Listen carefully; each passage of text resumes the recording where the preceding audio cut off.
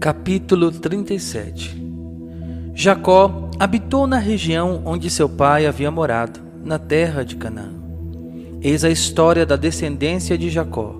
José, ainda jovem, com a idade de 17 anos, apacentava o rebanho com seus irmãos, os filhos de Bala e os filhos de Zelfa, mulheres de seu pai.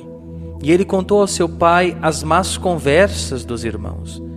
Israel amava José mais do que todos os outros filhos, porque ele era o filho de sua velhice, e mandara-lhe fazer uma túnica de várias cores. Seus irmãos, vendo que seu pai o preferia a eles, começaram a odiá-lo e não podiam mais tratá-lo com bons modos. Ora, José teve um sonho e o contou aos seus irmãos, que o detestaram ainda mais. José disse-lhe: ouvi o sonho que tive. Estávamos ligando feixes no campo, e eis que o meu feixe se levantou e se pôs de pé, enquanto os vossos o cercavam e se prostravam diante dele. Seus irmãos disseram-lhe: quererias porventura reinar sobre nós e tornar-te nosso senhor? E odiaram-no ainda mais por causa de seus sonhos e de suas palavras. José teve ainda outro sonho, que contou aos seus irmãos. Tive, disse ele, ainda um sonho. O sol, a lua e 11 estrelas prostravam-se diante de mim. Ele contou isso ao seu pai e aos seus irmãos, mas foi repreendido por seu pai. Que significa, disse-lhe ele, este sonho que tiveste?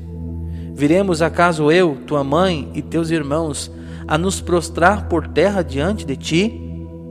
Seus irmãos ficaram, pois, com inveja dele, mas seu pai guardou a lembrança desse acontecimento. Os irmãos de José foram apacentar os rebanhos de seu pai em Siquém. Israel disse a José: teus irmãos guardam os rebanhos em Siquém. Vem, vou mandar-te a eles. Eis-me aqui, respondeu José. Vai, pois, ver se tudo corre bem a teus irmãos e ao rebanho, e traze-me notícias deles. Enviou-o do vale de Hebrom, e José foi a Siquém. Um homem encontrou-o vagando pelo campo. Que buscais? Perguntou ele. Busco meus irmãos, respondeu ele. Dize-me onde apacentam os rebanhos. E o homem respondeu: partiram daqui, e ouvi-os dizer: vamos para Dotaim. Partiu então José em busca dos seus irmãos e encontrou-os em Dotaim. Eles o viram de longe. Antes que José se aproximasse, combinaram entre si como o haveriam de matar. E disseram uns aos outros: eis o sonhador que chega. Vamos, matemo-lo e atiremo-lo numa cisterna. Diremos depois que uma fera o devorou, e então veremos de que lhe aproveitaram os seus sonhos. Ouvindo-o, porém, Ruben quis livrá-lo de suas mãos. Não lhe tiremos a vida, disse ele. Não derrameis sangue. Jogai-o naquela cisterna, no deserto, mas não levanteis vossa mão contra ele. Pois Ruben pensava livrá-lo de suas mãos para o reconduzir ao pai. Quando José se aproximou de seus irmãos, eles o despojaram de sua túnica, daquela bela túnica de várias cores que trazia, e jogaram-no numa cisterna velha que não tinha água. E sentando-se para comer, eis que, levantando os olhos, viram surgir no horizonte uma caravana de ismaelitas vinda de Galaade. Seus camelos estavam carregados de resina, de bálsamo e de ládano, que transportavam para o Egito. Então Judá disse aos seus irmãos: que nos aproveita matar nosso irmão e ocultar o seu sangue? Vinde e vendamo-lo aos ismaelitas. Não levantemos nossas mãos contra ele, pois afinal é nosso irmão, nossa carne. Seus irmãos concordaram. E quando passaram os negociantes madianitas, tiraram José da cisterna e venderam-no por 20 moedas de prata aos ismaelitas, que o levaram para o Egito. Ruben voltou à cisterna, e eis que José já não estava ali. Rasgou então suas vestes e voltou para junto dos seus irmãos. O menino desapareceu, disse ele. E eu, para onde irei? Tomaram então a túnica de José, mataram um cabrito e a mergulharam no seu sangue. E mandaram-na levar ao seu pai com esta mensagem: eis o que encontramos. Vê se não é porventura a túnica do teu filho. Jacó reconheceu-a e exclamou: é a túnica de meu filho. Uma fera o devorou. José foi estraçalhado e, rasgando as vestes, cobriu-se de um saco e chorou seu filho por muito tempo. Todos os seus filhos e filhas vieram consolá-lo, mas ele não aceitou nenhuma condolência. É chorando, disse ele, que descerei para junto de meu filho na habitação dos mortos. Foi assim que o seu pai o chorou. Os madianitas venderam-no a Potifar, no Egito, eunuco do faraó e chefe da guarda. Capítulo 38. Naquele tempo, Judá, apartando-se dos seus irmãos, foi para a casa de um homem de Odolã, chamado Hira. Judá viu ali a filha de um cananeu, de nome Sué, e desposou-a, unindo-se a ela. Ela concebeu e deu à luz um filho, ao qual chamou Rer. Concebeu novamente e deu ao mundo um filho, e deu o nome de Onã. E teve ainda um filho, que chamou Sela. Judá estava em Cassibe, na ocasião desse nascimento. Judá escolheu para Rer, seu primogênito, uma mulher chamada Tamar. Rer, porém, o primogênito de Judá, era mau aos olhos do Senhor, e o Senhor o feriu de morte. Então Judá disse a Onã: Vai, toma a mulher de teu irmão, cumpre teu dever de levirato e suscita uma posteridade a teu irmão. Mas Onã, que sabia que essa posteridade não seria dele, maculava-se por terra cada vez que se unia à mulher do seu irmão, para não dar a ele posteridade. Seu comportamento desagradou ao Senhor, que o feriu de morte também. E Judá disse a Tamar, sua nora: Conserva-te viúva em casa de teu pai, até que meu filho Sela se torne adulto. Não é bom, pensava ele, que também ele morra como seus irmãos. E Tamar voltou a habitar na casa paterna. Muito tempo depois, morreu a filha de Sué, mulher de Judá. Passando o luto, subiu Judá a Tâmina para a tosquia de suas ovelhas, com seu amigo Hira, o Dolamita. E foi noticiado a Tamar: Eis que o teu sogro sobe a Tâmina para a tosquia de suas ovelhas. Depôs ela então os seus vestidos de viúva, cobriu-se de um véu, e assim disfarçada, assentou-se à entrada de Enaim, que se encontra no caminho de Tâmina, pois via que Sela tinha crescido e não lhe tinham dado por mulher.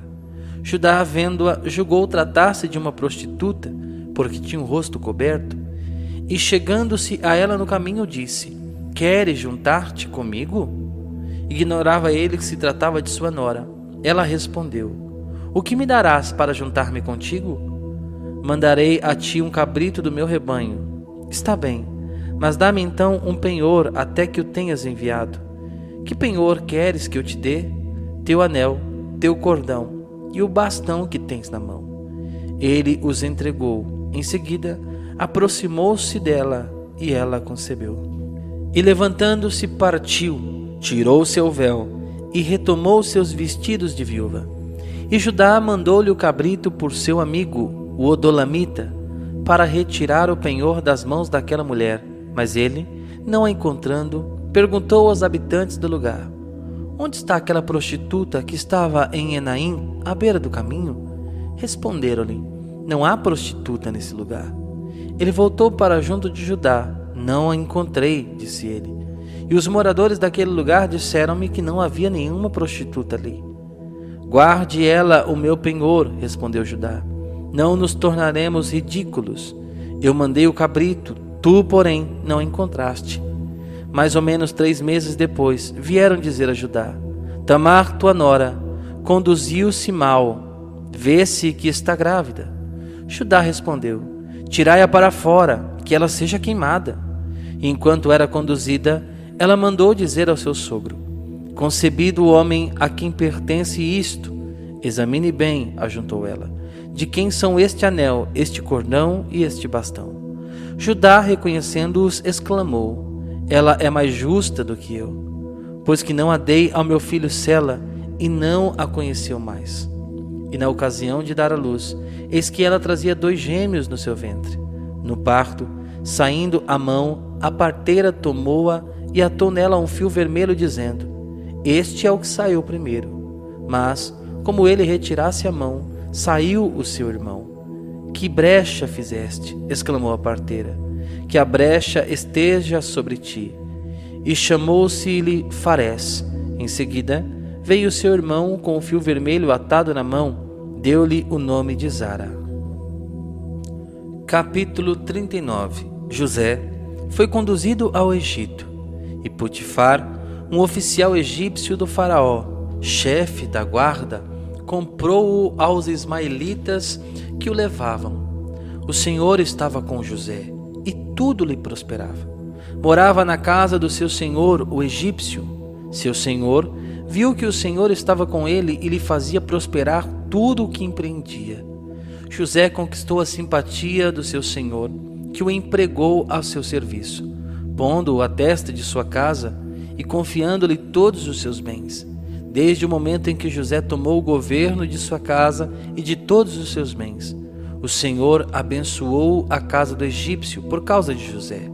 A bênção do Senhor desceu sobre tudo o que lhe pertencia, na casa como nos campos. Ele entregou todos os seus negócios a José, sem mais se preocupar de coisa alguma, exceto do que se alimentava. Ora, José era belo de corpo e de rosto. E aconteceu depois de tudo isso, que a mulher de seu senhor lançou seus olhos em José e disse-lhe: dorme comigo. Mas ele recusou. Meu senhor, disse-lhe ele, não me pede conta alguma do que se faz na casa, e confiou-me todos os seus bens. Não há maior do que eu nesta casa. Ele nada me interdisse, exceto tu, que és sua mulher. Como poderia eu cometer um tão grande crime e pecar contra Deus? Em vão se esforçava ela todos os dias, falando a José. Ele não consentia em dormir com ela e unir-se a ela. Certo dia, tendo ele entrado na casa para fazer seus serviços, e não se encontrando ali ninguém da casa, ela segurou-o pelo manto, dizendo: dorme comigo. Mas José, largando-lhe o manto nas mãos, fugiu. Vendo a mulher que ele lhe tinha deixado o manto nas mãos e fugido, chamou a gente de sua casa e disse-lhes: vede, trouxeram-nos este hebreu para a casa a fim de que ele abuse de nós. Este homem veio me procurar para dormir comigo, mas eu gritei. E vendo que eu me punha a gritar, deixou seu manto ao meu lado e fugiu. E guardou junto de si as vestes de José até a volta de seu senhor. E fez-lhe a mesma narrativa. O escravo hebreu, disse ela, que nos trouxestes veio à minha procura para abusar de mim. Mas pondo-me a gritar, deixou seu manto ao meu lado e fugiu. Ao ouvir isso de sua mulher, contando-lhe como se tinha comportado com ela o seu servo, ele enfureceu-se e lançou José na prisão, onde se encontravam detidos os prisioneiros do rei, e José foi encarcerado. O Senhor estava com ele, mostrou-lhe sua bondade e fez que ele conquistasse a simpatia do chefe da prisão. Este confiou a José todos os presos que ali se encontravam, e nada se fazia sem sua ordem. O chefe da prisão não fiscalizava nada do que fazia José, porque o Senhor estava com ele e fazia-lhe prosperar tudo o que empreendia. Capítulo 40. Depois disso, aconteceu que o copeiro e o padeiro do rei do Egito ofenderam seu senhor. O faraó, encolerizado contra os seus dois oficiais, o copeiro Mor e o padeiro Mor, mandou-os encarcerar na casa do chefe da guarda, na prisão onde se encontrava detido José. O chefe da guarda associou-lhes José para o servir. Havia já certo tempo que estavam detidos, quando os dois prisioneiros, o copeiro e o padeiro do rei do Egito, tiveram um sonho numa mesma noite, cada um o seu, com seu sentido particular. Quando José voltou junto deles, no dia seguinte pela manhã, viu que estavam tristes. Perguntou então aos oficiais do faraó, detidos com ele na casa de seu senhor: por que tendes hoje um ar sombrio? Tivemos um sonho, responderam, e não há ninguém para nos interpretar. Porventura, não pertence a Deus, replicou José, a interpretação dos sonhos? Rogo-vos que me conteis tais sonhos. E o copeiro Mor contou seu sonho a José. Em meu sonho, disse ele, vi uma cepa que estava diante de mim, e nessa cepa 3 varas que pareciam brotar. Saiu uma flor e seus cachos deram uvas maduras. Eu tinha na mão a taça do faraó, Tomei as uvas e espremi-as na taça, que entreguei na mão do faraó. José disse-lhe: eis o significado do teu sonho. As 3 varas são 3 dias. Dentro de 3 dias, o faraó te reabilitará em tuas funções. Apresentarás ao faraó sua taça, como o fazias antes, quando eras seu copeiro.